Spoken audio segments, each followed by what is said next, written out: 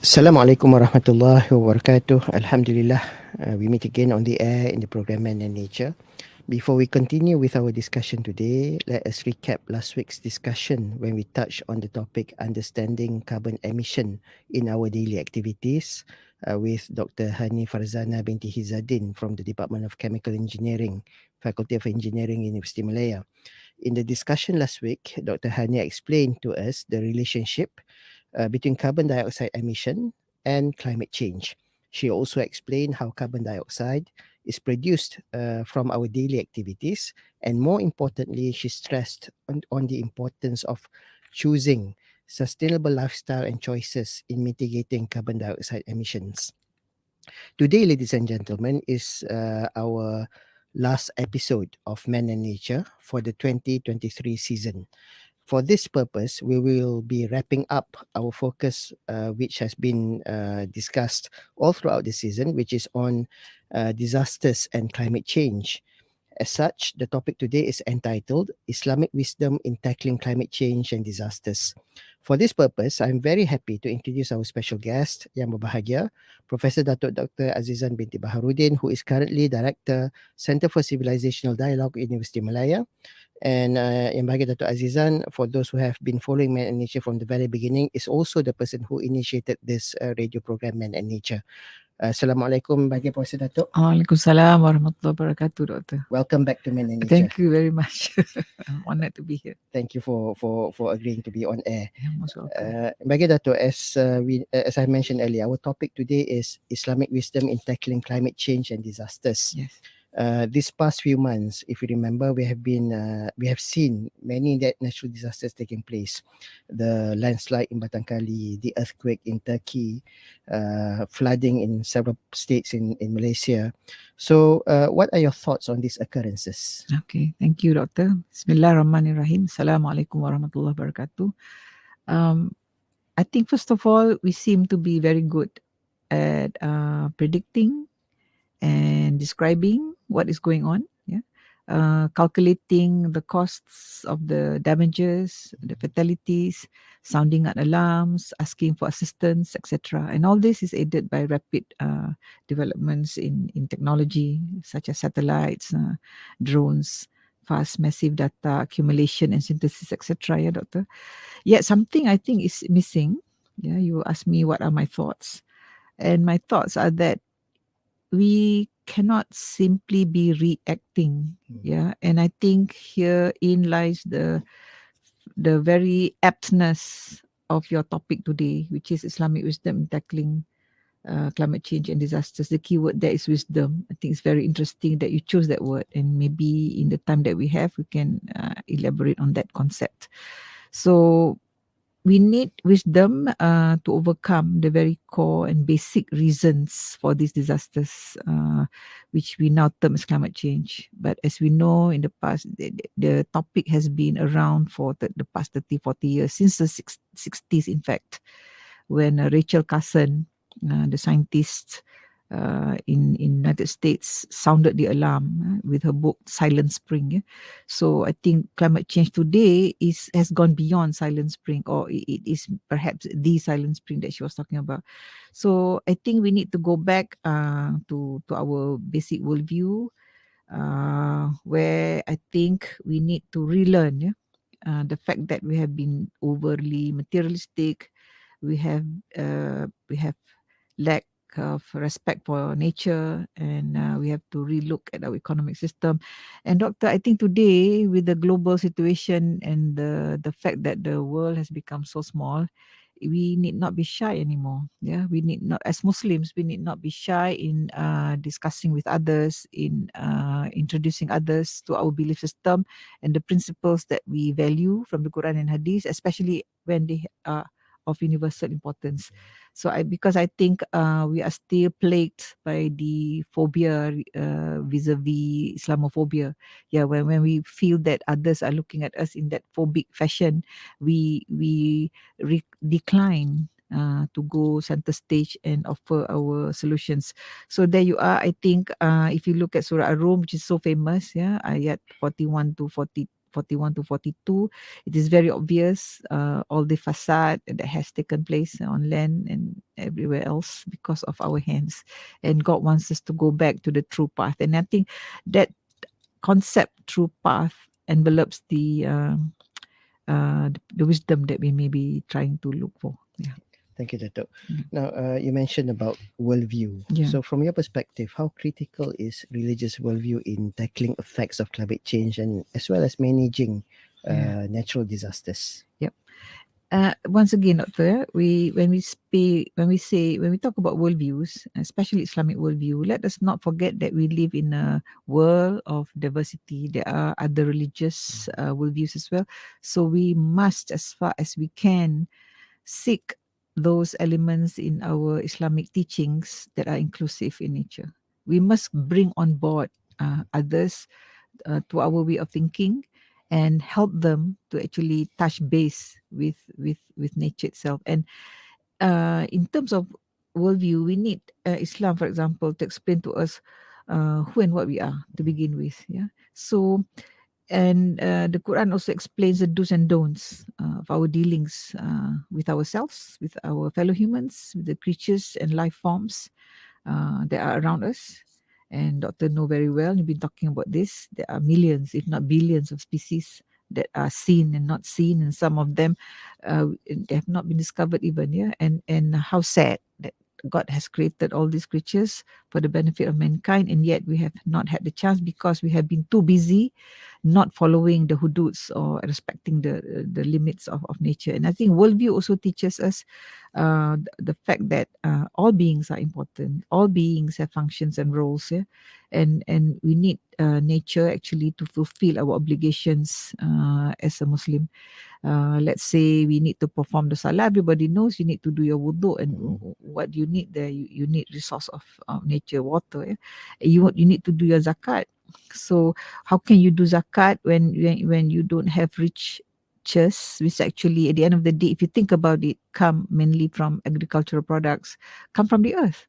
So if you don't respect the earth, you don't maintain it, you don't do what you need to do in terms of maintaining it. And today people use the word lestari or sustainability, and you don't sustain it, then you cannot perform even your basic ibadah towards Allah Subhanahu Wa Taala. And also, I think worldview later maybe we can speak about the fact that maybe today we are confronted with the so-called Western modern conventional views of development. Right?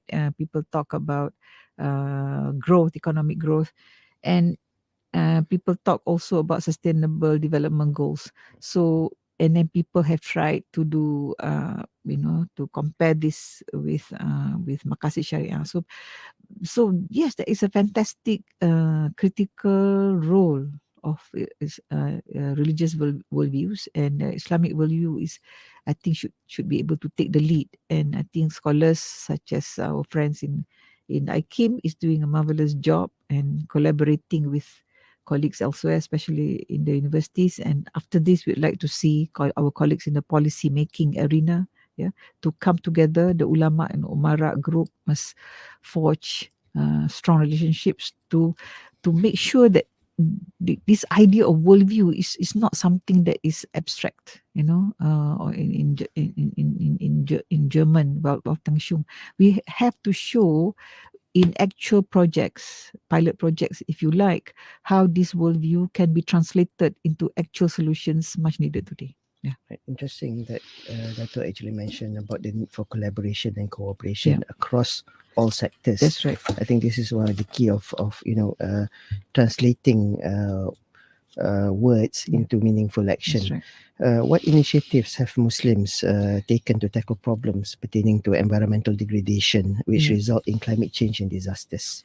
Yeah, I think traditionally, if you look at Islam history, if you look at the days of the golden age of Islam in Andalus, you can look at so many technologies, you can look at so many manifestations of those technologies and also Quranic worldviews in terms of the livelihood of the people at that time.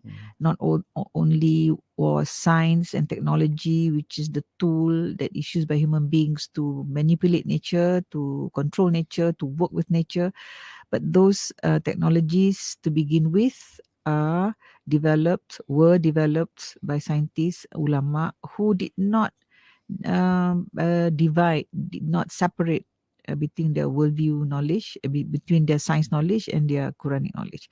So we can, for example, mention the fact that maybe today we are in the process of trying to recuperate and get back all those wisdom. Yeah? But maybe as of to now, as of today, we may speak of the wakaf institution, for example. We hear of water wakaf, yeah, even started by our own ministry related to the environment. Yeah, we can speak of crowdfunding. I mean, you can choose the terms. Yeah, but if you're a Muslim, you know very well that the impetus for all of these efforts are actually our Islamic worldview. And then there's of course the project very popularly known as greening our mosques.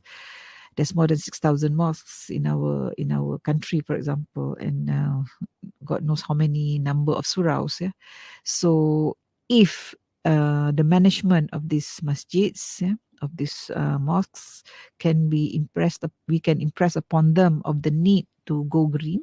And through green, we understand that is saving water, is using alternative energies, systematic taking care of waste, reducing waste, and so many other elements of concept green.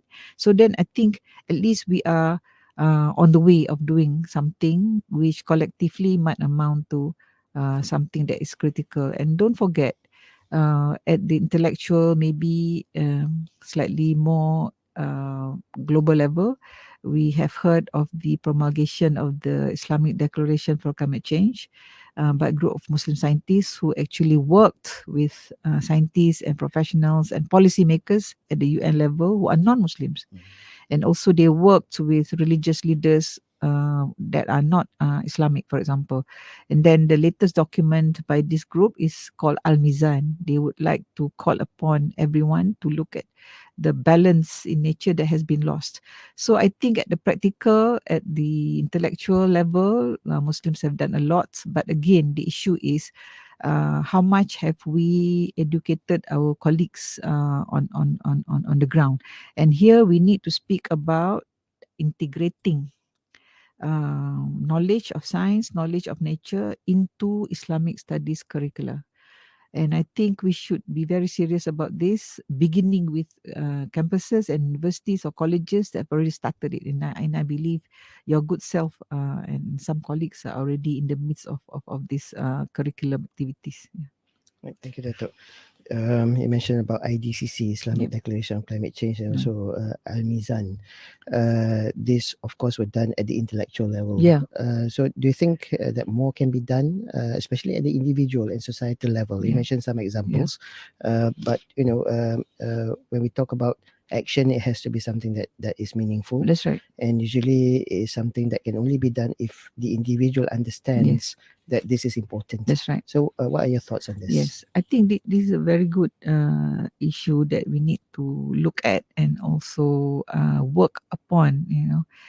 As I said just now, like another analogy is scientists in our local universities, for example, and universities elsewhere, for example, they discover new technologies, new ways, new solutions for problems. But between the discovery and the actual marketing usage of that new technology, there's a huge gap.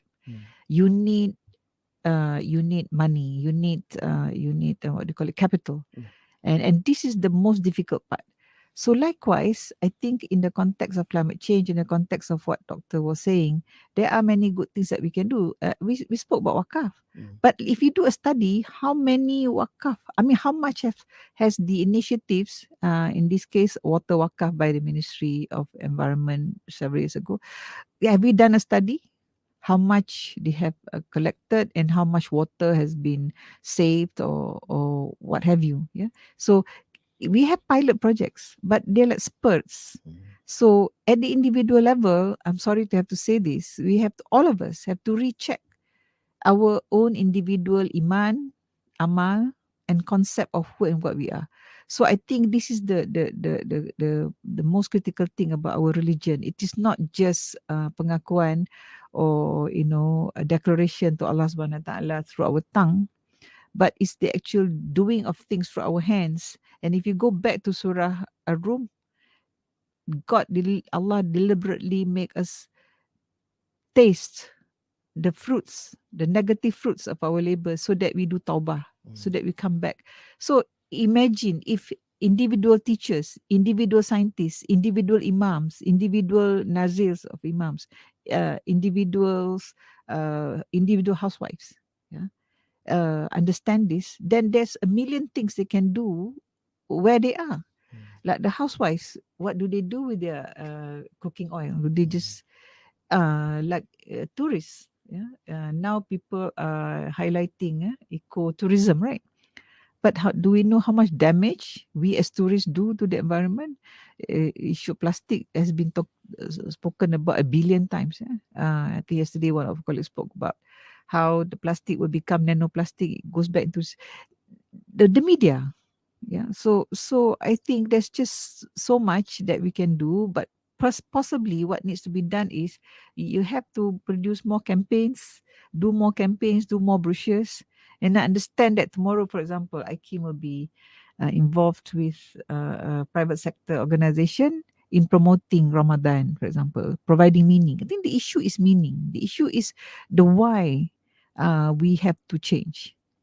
And it's very easy for Muslims because the Quran is already telling us no wastage, don't be too extravagant, don't treat nature as if it belongs to you. No, it does not belong to you. It serves a purpose on its own and deserving of respect on its own. So the knowledge component, the ilmu lah. And I think most critical is as scientists, as intellectuals, as writers, bear in mind you need narratives to be easily understood. It's useless to use high level terms when people don't understand it.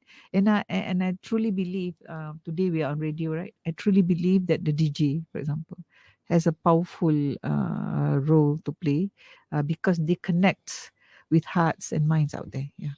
I think one underlying point there that you mentioned, it reminds me of Allahyarham Professor Khadijah Muhammad Saleh. Yeah. One of the things that she mentioned time and again is that science is a social endeavor. Correct. So it has to be simplified Correct. when we talk to the public, so That's that the right. public understands, Correct. and then only we can translate That's right. what is said into meaningful That's action. right. That's right. Okay, Dato', what would be the wisdom that we can draw from Yeah. Islamic teachings Yeah. in tackling climate change and Yeah. disasters? That's a $1 trillion question. Which we can spend another, I think, 12 episodes to speak about. But Alhamdulillah, thank you so much. And we thank Allah for opening our hearts and minds today. The word hikmah, it's so interesting. If you do just slight research on what it means, it is the ability to contemplate and act productively using knowledge, experience, understanding, common sense, and insight. Wisdom is associated with attributes such as unbiased judgment, compassion, experiential self knowledge, self transcendence, and non attachment, and virtues such as ethics and benevolence. What a rich word. And in Arabic, it comes from ha, kaf, mim, yeah, which is also the root word for hukum, right? And hukum, hakam is something that is good, but it's also something like analogous to SOPs, rules. So ada hukum-hukum, there are rules to us taking care of ourselves, of our fellow human beings, of nature around us. And this is what the Quran is telling us. Yeah. So my take home point is this. We are each one of us having different roles, right? But to what degree do we understand that we have to act? We have to act. And then that another point to remember is that hikmah requires us to be transcending ourselves. So this is not about you. So if you're used as an economist, yeah, to looking at growth, economic growth in terms of greater percentage every year, so you must understand that there's a limit to that. And then there are institutions of zakah. How many people actually try to evade zakah, just like they try to evade tax? You must understand that when you take, you have to give back. And this is what we don't understand. And how do we bring back this idea? So hikmah or wisdom is not something like so difficult to understand. It just means accepting that there are truths. In Islam is even more powerful. It's haq. Haq is one of the names of Allah. So if you think you believe you are a Muslim, you have to accept yang haq, the haq, the truth. So the truth is you have to abide by certain rules, certain conditions in terms of your economics, in terms of your wealth, in terms of your eating food and drinks and Consumption. consumption and everything else. So I think this is the most difficult thing today, because as we know, we don't like to use the word west and east and west, because the west may be here, the east may be in the west, but we're talking about this loss of moral compass. Again, something which people use a lot. But what is the meaning of losing your moral compass? Losing your wisdom, because wisdom means you understand what needs to be done, and it's like you see this book in front of you, and this book is entitled such and such. It's like accepting that as a fact. But lacking wisdom is when you say that if I mention this book, then probably I need to be looking at it, I need to be reading and such and such. You're deluding yourself. So I think hikmah, yeah, thank you so much for choosing that topic, or wisdom is and then there is a hadith, isn't it? It is the lost treasure of the Muslim, and he should seek it everywhere he finds it. And today scientists in the West are already saying this is the age of Anthropocene. And since Second World War, approximately, the nature, and this is what the geologists are saying out of their research, nature has been made to be upset, has been out of balance because of what humans being do for the first time in human history. So what about that? At the recent Conference of Parties, or COP27 in Egypt last year, isn't it? I, I think someone said we are on our way to climate hell. And you don't have to argue whether he meant it literally or not. If you look around you, earlier on in the beginning of the program, Doctor has already mentioned about the recent events. Yeah, if we keep on denying and say that this is not out of control, no, it's not. The evidences are there. So I think, I'm so sorry if this sounds a bit harsh. Who is a kafir? A kafir is one who knows the truth, but he covers it. So who are the kafir today? I mean, like, let's just give it a thought, yeah. And this is not an attempt to make people feel guilty. This is not an attempt to make people feel bad. But I think we need, all of us, and Adin is a nasiha, isn't it? So I begin with myself. I need to do more. Yeah, we all need to do more, but without being angry with people, without looking down on them, without complaining why are they lacking in understanding. For me, it just means that the more clever people are not doing enough. So in terms of your amal, in terms of your ibadah, in terms of your servitude to Allah Subhanahu Wa Taala, so the more you know, the more you need to try. And I'm so sorry, this brings you back to the nature of prophethood. How do you think the prophets lived? Did any of them just shake their legs? No, they struggled. So I think this is the Islamic way, and in doing that, yeah, I think only then I think we have the right to talk about shurga. We have the right to talk about paradise, wanting Jannah. So I think, although if there's no struggle, I think it's a little bit ridiculous to keep on repeating that we are all going to Jannah. We are not. Even when given the Jannah that is the planet Earth now, we cannot take care of it. So what more of the real Jannah? Yeah. Um, I'm particularly interested when you mentioned that Islam has actually provided us with guidance, Yeah, yeah, in particular in the form of the Quran as well as the Sunnah. yeah, I remember, I think way back in 1969, if I'm not wrong, an inventor, Roger Buckminster Fuller, yeah, actually said something to the effect that when the world does not come with a manual, yeah, which I think is this line of thought is actually wrong. yeah, For us Muslims, we believe that Allah has actually yeah. provided us the guidance. That's It's right. just that our failure to understand the That's right. guidance That's is right. what leads to the situation that we have That's right. today. That's right. So, bagi Datuk, we are coming towards the end of our Yes. program. Yes. Would you like to share with us your concluding remarks? Yes. I think out of all the many, many things that we can say, fundamentally, we need to go back to the Quran. Mm, We need to read the Quran. We need to do tadabbur. Because from there, we understand that we have to change our science. We have to stop leaving our science to be the servants of extreme economics. mm, We have to stop thinking that life is for, in terms of using Malay words, ya, senang menang kenyang. mm, Yeah, there's no struggle. Everything you do must be something that is to your advantage, yeah, to satisfy your senses or sensuous pleasures and all of that. No, I think the purpose and meaning of being a human needs to be put into the curriculum across the board in all cultures. And I mm, think also there is a great deal of effort needed in terms of people communicating and dialoguing with each other. mm, And I think when we ask people to read the Quran, yes, for every word that you use, Prophet said you have 10 goodness, right? mm. But what more if you read with understanding and then acting upon what God has said inside there? So I think back to your topic, wisdom. What is the Islamic wisdom that we need?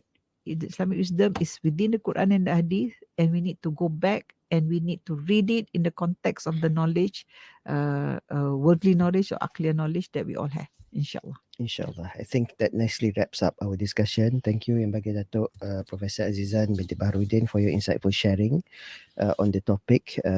Nicely wrapping up our focus on disasters and climate change. Alhamdulillah, your sharing in Man and Nature this week has been very informative and beneficial to our listeners. One point I think that we should not miss in managing disasters and mitigating climate change is the importance of cooperation and collaboration, Right. as mentioned earlier. And I think this point has been mentioned either explicitly or implicitly by all our guests who have appeared in this season's Man and Nature when discussing about disasters and climate change.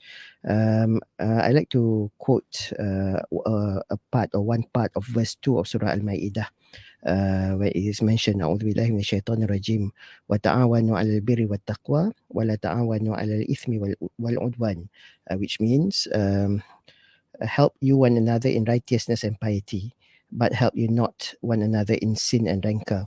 I think this verse can be applied Yeah. in ensuring that we play our role together in ensuring that the environmental problems do not get worse, Mm.